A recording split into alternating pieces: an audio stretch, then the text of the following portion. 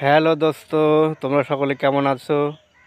তা খুব একটা ভালো খবর এখন দিতে পারছি না, যেটা ব্যাড নিউজ। আজ বিগত 6 বছর পরে রেলের ভ্যাকান্সি বের হয়েছে 5,600। রেলের ড্রাইভার টেকনিশিয়ানে বেরোয়নি, শুধু ড্রাইভারে বেরিয়েছে 5,500 মতো ভ্যাকান্সি 6 বছর বাদে। 2014 সালে ভ্যাকান্সি বেরিয়েছিল মিনিমাম 20,000। 2018 সালে ভ্যাকান্সি প্রায় 50,000 বেরিয়েছিল, কিন্তু 2024 সালে ভ্যাকান্সি বেরিয়েছে 5,500। তাও টেকনিশিয়ানের কোনো ভ্যাকান্সি দেয়নি। তা আমাদেরকে শান্তিপূর্ণভাবে আন্দোলন করতে হবে। তার জন্য আজকে সারা ভারতবর্ষের সমস্ত ছেলেমেয়েরা টুইটারে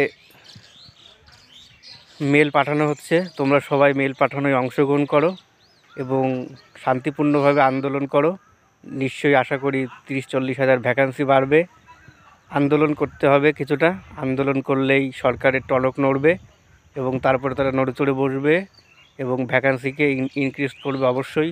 যেহেতু ভ্যাকান্সি বহুত রয়েছে, 10-12 লাখ ভ্যাকান্সি রয়েছে, কেন 5 বছর 6 বছর পরে কেন 5,000 ভ্যাকান্সি বেরোবে? মোটামুটি ভারতবর্ষে বেকারের সংখ্যা ছেয়ে গেছে, কোটি কোটি ছেলে মেয়ে রয়েছে বেকার।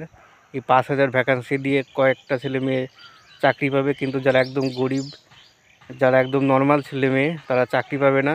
তাই সকলকে প্রোটেস্ট করতে হবে, আন্দোলন করতে হবে। সকলে একসাথে হয়ে একজমাট হয়ে একটা পরিকল্পনা মাফিক চললে পরে নিশ্চয়ই 50,000 ভ্যাকান্সি বের হবে। এটা আমাদেরকে অবশ্যই তাড়াতাড়ি করতে হবে, 2-1 দিনের মধ্যেকার নোটিফিকেশন জারি হয়ে গেছে। যদি আমরা আন্দোলন করি তবে সরকারের টনক নড়বে এবং নড়ে চড়ে বসে ভ্যাকান্সি বাড়িয়ে দিতে তারা বাধ্য হবে। ওকে গাইজ, ধন্যবাদ।